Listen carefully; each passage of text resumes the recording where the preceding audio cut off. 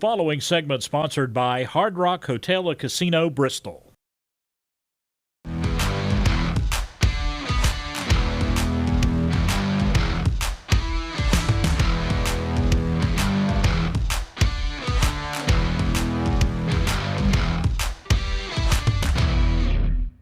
Well, we are back on location for this week's Hard Rock Insider, and this time we're talking about how the people have spoken. The awards are in, and we have some good friends here to talk about those awards. Definitely the word is out. We have Brad Weinstein here, and it is so good to have you, Director of Food and Beverage. Next to him, we have Darren Crawley, Director of Entertainment. Let's talk about these awards. It's always nice, too. These are Reader's Choice Awards, so this is really the people. I just want to say thank you to all the readers out there for voting the best of. We had a phenomenal showing. We won 8 awards, so that's just fantastic, from Best Asian for our Yu Yu Noodle Shop to Best Fine Dining, Council Oak, and then Best Pizza. Oh, it's delicious at Bricked Pizza. And then you can't actually talk about, anything but the hotel, Best Hotel, and the Rock Spa winning Best Spa. It's perfect. Yeah, very nice. So many different things, so many different restaurants, all of them taking home those awards. And then we talk about Hard Rock Live. We talk about how the word is out, the acts you bring in, the experience you create, and obviously the people out there definitely enjoying. Yeah, I mean, it's great to win these kind of awards. This is really a recognition of the team and the amount of people it takes to really build out these guest experiences. I mean, there are hundreds of people that are contributing to really create this for the people of Bristol and the people of Tri-Cities, so it's really kind of great. And Darren, you hear that a lot from the people who have taken in a concert, whether it's at the big Hard Rock Live or whether it's one of the other stages that you guys have here at Hard Rock. Yeah, I mean, at the end of the day, what we really, really relish is creating that guest experience, making it top-notch, something unforgettable. And when guests come in, they walk away just with that experience, with, kind of the overall, knowledge that Bristol Hard Rock is kind of the best place to be. And we talk about the package, and certainly we're seeing that in these awards as well. It's a package deal. When you talk about the hotel, you talk about the spa, all the way down to the restaurants, people really can make that the staycation, and that's what the awards really prove. Oh, absolutely. I mean, you can come in and spend a weekend here, staying at the hotel, enjoying the pool, going to the spa, and then enjoying a nice night out with one of our amenities of either Hard Rock Cafe or Council Oak or Yu Yu Noodle Shop, but then really taking in the experience at the Hard Rock Live and seeing a show. It's phenomenal. It's amazing. And so when you get the awards and that news came in and you saw them and literally stacking up, because that's a lot of awards, it had to feel pretty good that it's like kind of validation, like, okay, we're doing things right. I think it was exceptional. We really appreciate the Tri-City area and saying, hey, we're here and we have everything that you would like to come to and enjoy. So it's perfect. Yeah, you're welcoming with open arms. Yeah, absolutely. I mean, yeah, it's really special to be recognized. And again, it's everybody that contributes to that. So. Well, congratulations. Lots and lots of awards. If you have not been out, you need to come and experience, of course, Hard Rock Bristol, from the amazing hotel to the casino, all the different restaurants, and of course, Hard Rock Live, great venue to see concerts and other entertainment events. The preceding segment sponsored by Hard Rock Hotel and Casino, Bristol.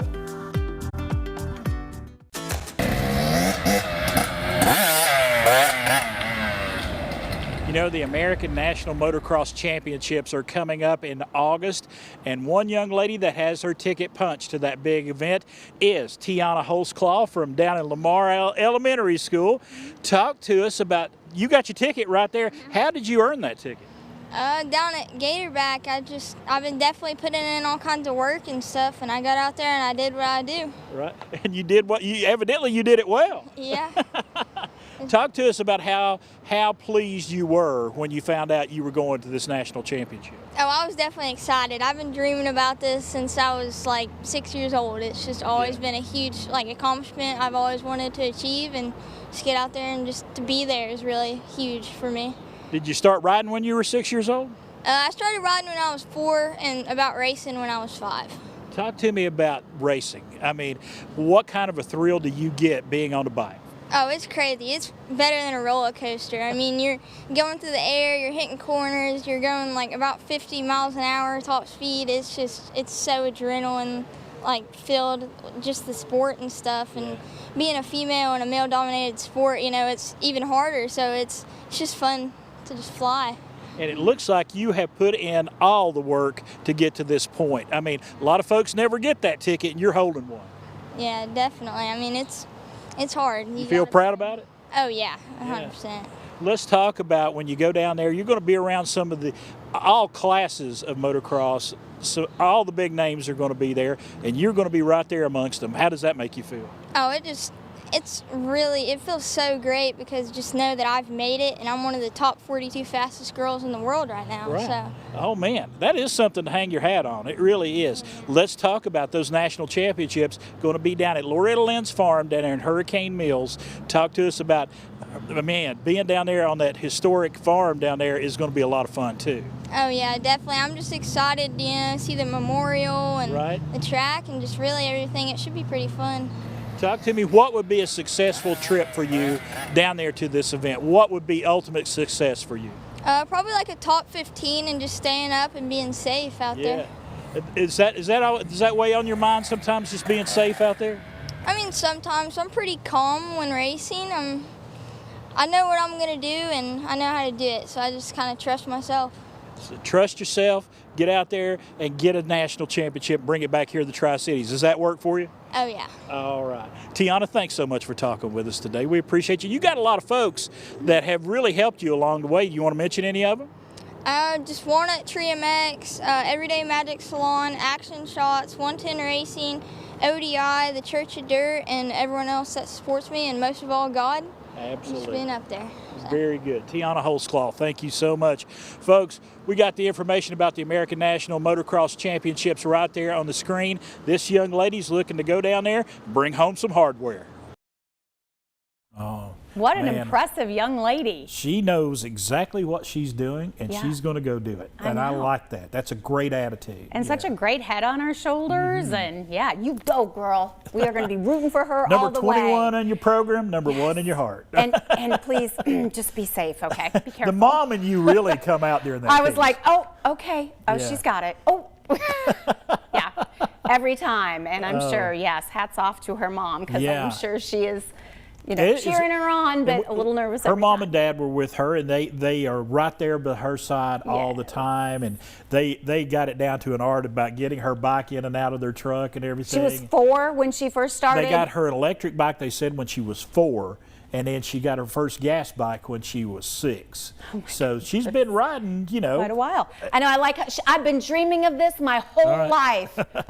She's 13. There you go. I love it. Hey, they're needing a little help getting down there to the national championships down there, and they got a Facebook page. And if you would like to help Tiana in her quest for a national championship, you can go right there to her Facebook page, and we have it up there on the screen right now. You can help them out monetarily, and they would appreciate that very much. It's not the cheapest sport in the world to get involved in, but they are on top of their game. They've got their ticket punched to a national championship, and you can help them right there. All right, some great information. Stay tuned. We've got more of Daytime coming up right after this. We're taking you over to Wetlands. Stay with us.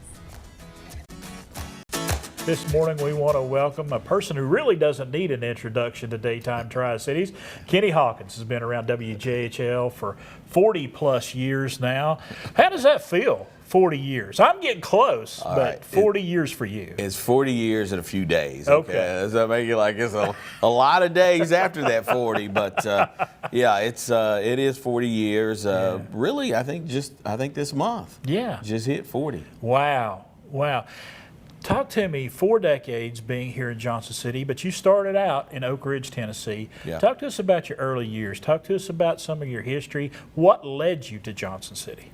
Well, it's hard to believe, but I've actually been in front of a television camera since probably 1980. Wow. To be completely honest with you, and that's every year since 1980. After my football and basketball careers, was over Yeah. in Oak Ridge because of injury, Yeah. I decided to do something that would keep me close to sports. Right. And I thought about either becoming a coach or going into radio and TV, because at that time, back in the early 80s, we were one of the few schools, probably in the country, that had a radio and TV department. Right. And so I signed up for it. I ended up starting a TV show along with 3 other students. One was my co-host, the other was a shooter, and then the other was the producer. And we would gather sports at Oak Ridge and Clinton, the surrounding Knox County areas. And then every Saturday morning we would put together an hour-long, I know the names here, called Sports Center 7. Yeah, well, boy, we were really. You were Sports Center before Sports Center was well, cool. I don't know about that, but exactly. There you go. So we called it Sports Center 7 because Yeah. it was on the cable station. Yeah. There in Oak Ridge, and so we did it. We did every Saturday for the last 2 years, and then it's funny. My uncle built the set. It would fall during the show. Family affair. Yeah, it was live, and Yeah. it'd fall apart sometimes, and we'd have to keep going. I tell people there is literally not too much you can throw at me Yeah. now that I won't be prepared for, because I've seen it. Yeah. Over 40 years, starting in the early 80s, and then of course I came from Oak Ridge and came up here to ETSU. Right. Talk to me about that transition coming from Oak Ridge up here to ETSU. First of all, I mean, you got several universities. You got University of Tennessee right there in your backyard. You've got other schools around there close. What brought you to East Tennessee State? I tell you what, it was the late Will McDonald. He just passed away not too Yeah. long ago, a few months ago, and he used to be in Knoxville. And I remember talking to him one time. I was out on a story, and I asked him what would be the best place for me to start in the state, and that might dictate as to what school I'm going to go to, because I got accepted at all the other universities, and he told me the Tri-Cities is probably your best bet of starting early. And so visited ETSU, liked what I saw, and that's what brought me up here to ETSU. And he was right, because I started my career my senior year. I was Right. actually working my senior year. I went to class during the day, and I was here by 2:30 and worked the night shift. We have that in common. I mean, Yeah. my senior year, I worked here. You worked here your senior year. Talk to us about those early years for you. You were a shooter. You did some fill-in. You did a little bit of everything. Yeah, it's funny because Joe Rashani, who now works at a TV company in Knoxville, calls me up because at the time I was doing radio Yeah. at WQUT. I was actually the overnight. And you got to tell them your on-air name. Well, I butchered it so many times. I started off as C Love. I like that. And I butchered it so many times I kept calling myself Kenny, and finally Yeah. Steve Mann, who still does radio up here, says, Yeah. dude, you need to make a choice. Who are you going to be? Are you going to be Kenny? Are you going to be C Love? What's it going to be? It's funny because in college I was on radio for the campus station. I was the Nighthawk. Right. And the Nighthawk has really kind of been my radio gig for a long time. So anyway, I went with Kenny, and I started off at radio, and Joe says, Kenny, we have a job over here Right. at WJHL, but it's a videographer, and I know you don't want to be behind the camera. And like I tell kids today, it doesn't matter how you get your foot in the door, Yep. as long as you get in the door. And I said, okay, I'll do it. And Bob Carlton was the news director, and I told him, I said, here's the deal. I'll come up here and work, videographer in the evenings. I just ask that when the other guys go on vacation, Yeah. you give me an opportunity to fill in. Right. And he did. He was true to his word the entire time. Even when the weekend guy left, I said, all I asked is that, you give me an opportunity. Yeah. He did, and the rest, as they would say, is history. Talk to me, 40 plus years. There's been so many changes in our industry, technology-wise, content-wise. I mean, so many changes. Yeah. Talk to me about then as opposed to now, as far as your job is concerned.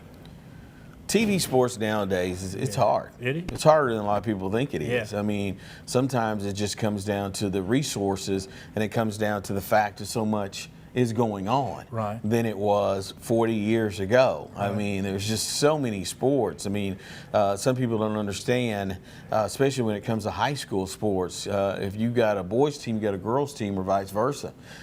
So that's double the fun. You know, and the same goes for college as well. Yes. So I think it's a lot harder today. Obviously, there's a lot more rules and stipulations you got to go with when you're dealing with the NCAA, NFL, NBA, Major League Baseball, or whatsoever. ESPN, you know, you still got to do with that because they got the TV contracts. Right. And, it almost feels like work now, you know. It almost feels Still like fun, but more work. But more work. Yeah, Right. it was just fun. Yeah. In the early days, Right. you know, because we went a lot of places. Oh, we did go a lot of places. I'm going to put you on the spot right now. Favorite story that you have covered over the years? Now, That's hard. I know that's hard. I mean, 40 years of sports, and Yeah. I mean, listen, I'm at the point I'm covering the kids and almost the grandkids. Okay. Yeah. I mean, I was sitting at a state championship game, and one of the little girls from South Green said her name, and I said, "Oh my goodness, I was in the same room 16 years ago talking to your mother in Yeah. the same exact spot." That's a wake-up call. That is a wake-up call. Yeah. You know, when you take a look, I got two that are going to stand out. Yeah. One is obviously the Tennessee Volunteers winning the national Absolutely, championship. yes. That in Arizona over Florida State. I mean, what a night that was. Obviously, I was there. And then the other was probably the best times in sports that I've had in 40 years. And that was the early 1990 ETSU Buccaneer basketball teams. You know, the team rose to 10th in the country. They were scalping tickets outside. I can't get anybody to believe that now. No, they actually were. I can vouch for that. I tell people all the time that this dome was packed. It was 12,000 people. 12,000 was packed on both sides and down on the floor. Mm-hmm. And they were actually outside scalping tickets. ETSU rose to 10th in the country that year. Those were fun times. I mean, I remember us going to Nashville, where they lost to Oklahoma for the longest, the closest 16-1 in NCAA history. I remember us being in Cincinnati. You know, I remember us going to NC State, Jim Valvano. Those were fun times. They really were. They were fun times. I mean, obviously there were some difficult times because I remember being there for all the losses. Oh, yeah. Let it be known that the only time the ETSU has won in the NCAA tournament, I wasn't there. Yeah. Which I tell people, I said, maybe I'm the jinx. Because it's the one time I missed. I found out I was diabetic type 2. Yeah. I was in a hospital in Oak Ridge. And they beat Arizona. And I remember telling the doctor, I said, I'm leaving tomorrow. And he goes, no, you're not leaving. I said, yeah. I said, I got to go to Atlanta. I said, listen, I'm going to leave. This game, my tail going to be out. Yeah. But I got to be in Atlanta when they play Michigan. So I'm not missing that game. And so the shooter met me in Knoxville, picked me up along the interstate. We get down there. What happens? They lose again. Yeah. So, yeah, maybe it's me. But overall, 40 years of having a lot of fun. Yeah. Doing a lot of hard work. Yeah. And making a career and a life for yourself here in Johnson City. Yeah, I mean, listen, there is really no better place to bring up a family. And obviously, you know, I have twin daughters. Right. And their grandparents are not far from here. Yeah. I mean, they're in Oak Ridge. That's 2 hours away. Right. Their other set of grandparents are about an hour away. So yeah, it was ideal for us. Yeah. You know, to stay here in this area with the kids, and it's been a lot of fun. I mean, listen, the athletes over the years have been tremendous, and now it's funny because most of them are coaches around here, and they're good friends.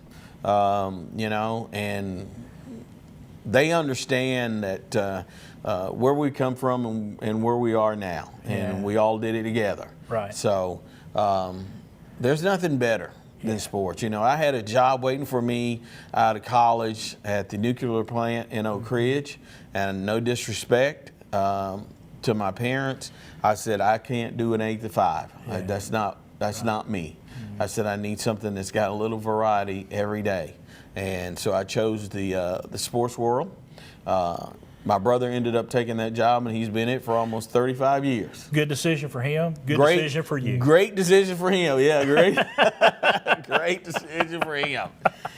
All right, Kenny, we appreciate the time. That 40 years, at least At 25 of that, you and I did it. 25 or right 30 on. of that, we've That's been right. on the road together. 15 straight years at Daytona, and I could go on and on. How many? 20-some years down on the sidelines at UT, on the basketball court at ETSU. Man, I remember us one time we looked up and it was packed at the dome, and we both kind of said, "Take a good look at this because we might never see this again." That's right. And so far, no, we haven't seen 12,000 people at an ETSU We'll still game. say go Bucks, though. That's right. All right, folks. Kenny Hawkins, sports director here at News Channel 11. Well, the stage is set and audiences are loving Barter Theater's production of Guys and Dolls. We are so excited to be here talking about the musical. We've got our good friend Nick Piper here with us, as well as Kim Morgan Dean, two of the cast members in Guys and Dolls. And first of all, the set is beautiful. Isn't it great? It's so fun. A lot of lights, you said. Yes, over 800 is what I'm told. Designed by Daniel Ettinger. He's been a longtime designer at Barter, and he came in to do this set. And so, yeah, it's beautiful. Yeah, it looks great. And I know when you talk about Guys and Dolls, a lot of people, the music is just so fun. What's it like being part of it? It is. This is a musical that I've been listening to since I was a kid. So to get to actually sing these songs and hear the wonderful singers here sing them, even if I think audience members maybe don't think they know the songs, but when you're in the audience, you realize that you know it and it's from this. Isn't that fun? And do you see that on their faces when you're up here? It is, yeah, absolutely. And it's fun, too, because once they start realizing these numbers, you can see on their faces they're just filled with joy and wonder. It's like a time machine back to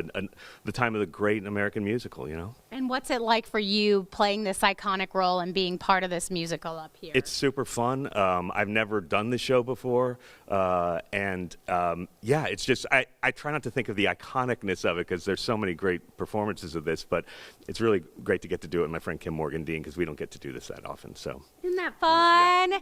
And of course, when you're talking about Guys and Dolls, we talk about the music, we talk about the romance, there's a lot of laughter. I understand you guys, a little romance on stage. Mm-hmm. You've been engaged for a while, right? We've been engaged for 14 years. Yeah. He's been promising Adelaide that he'd marry her for 14 years. And the patience is growing thin. Yeah, I bet. Yes, I would be, yes. And you guys are going to do a scene for us. That's right. And this is a number called Sue Me, and he's promised one too many times to get married to Adelaide, and she's had enough. All right, well, we're going to let you guys do your thing, and we're going to let everybody know tickets are on sale now, bartertheater.com. Guys and Dolls underway through August 9th. Nathan, why can't we elope right now? Because, well, I got to go to a prayer meeting. Nathan, this is the biggest lie you ever told me. But I promise you, it's true. You promised me this, you promised me that, you promised me anything under the sun, then you give me a kiss and you're grabbing your hat and you're off to the races again. When I think of the time gone by, and I think of the way I tried, I could honestly die. Call a lawyer and sue me, sue me. What can you do me? I love ya. Give a holler and hate me, hate me. Go ahead, hate me, I the love best ya. years of my life, I was a fool to give to All you. right, already. I'm just a no good Nick. All right, already. So new, it's true. So sue me, sue me. What can you do me? I love you. You gamble it here, you gamble it there, you gamble on everything, all except me, and I'm sick of you keeping me up in the air till you're back in the money again. When I think of the time gone by, and I think of the way I tried, I could honestly die. Serve a paper and sue me, sue me. What can you do me? I love ya. Give a holler and hate me, hate me. Go ahead, hate me. I When love you ya. wind up in jail, don't come to me too bad. Welcome Welcome back to Daytime Tri-Cities. Once again, spending the morning here at Barter Theater, telling you about some of the amazing shows that are underway this summer. And now I'm so excited to talk about the Savannah Sipping Society, which I said I would love to be an honorary member of. We have two of the cast members. We have Zoe Velling and Mary Lucy Bivens, and it is great to have you ladies with us. Thanks for being here. Oh my gosh, thanks for having us. I love that. I was reading a little bit about it, looking at some of the pictures. It looks like the friendships that you guys have on this show are so fun. And you were telling me you meet at a hot yoga class. We do indeed. We meet as 4 escapees after a hot yoga class who decide to grab some drinks, and then the rest is history. And it sounds so fun, and you said it is, and the audience has incredible laughter. But Mary Lucy, you were telling me too, it's also such a sweet story. Well, these are 4 women who come together, each having their own crisis. And with the support that they give each other, they're able to move on from this. And I think that's a wonderful story for everyone. So you come away with a lot, and of course, so many laughs and maybe a few cocktails. Oh, many cocktails. Yes. We sip a lot. Yes. You said you leave thinking, I do crave a mojito. Yes. Mojitos and to watch some Golden Girls. I love it. And audiences seem to be really loving it. Yes, they are having a great time. I mean, the response has been just so wonderful, very heartwarming. And fun to be in it. Oh, goodness. Be in it, yes. And to enjoy making folks laugh and have a good time. Oh, I love it. I can't wait. I can't wait to be in the audience for this one. We're going to give everybody the information. It is the Savannah Sipping Society. You don't want to miss it. It is underway at the Smith Theater. And for more information, you can, of course, get your tickets by going to Barter Theater's website. Well, we are so excited to be partnering with Barter Theater today, telling you about some of their different summer productions. And now we want to talk about the Da Vinci Code. We have Sam McCullough here joining us, as well as Libby Zabit, 2 of the actors in this one. And I had to say, the Da Vinci Code, of course, everybody remembers that. Thriller. I mean, such a different show, really, for Barter. Yes, it's kind of a man-on-the-run thriller, and such a fun, adventurous story, and just a great way for our audience to have a really fun time. And you said, too, this one's very high-tech. Yes, I think that's really exciting about this production. We have this really amazing projection system, and I think it really helps to just bring the artwork to life in such an accessible and unique way. So that's such a thrill. You kind of get to see us cracking the code in real time, and that's one of my favorite parts about this production. And Sam, you were telling me, of course, you play the professor. Yes. And so you guys, coming together during this, and you guys are engaged. So how fun is that? We are, yes. So we'll get married in August, and this is a great way to. This story is a little bit of a Will, Robert, and Sophie, will they, won't they story, and I think that's easy for us to lean into for sure. And it's just such a blast to get to do this play with my fiance. And I asked them, I said, did you fall in love on the stage through this production? You said, not through this one, but certainly has to be fun to be able to play those roles together. Yeah, it really is so special. There's a really lovely moment where Sam has this beautiful monologue talking about the divinity in life and in the world all around us. And as Sophie, to get to experience this person with so much joy and hope in that. I think that it's such a lovely moment where I get to fall in love with him in that as well, and it's so special. Night after night. I love it. Well, congratulations, you two. We're going to give everybody the information. The Da Vinci Code is playing now through August the 8th. You can go to bartertheater.com to get your tickets and be here in the audience.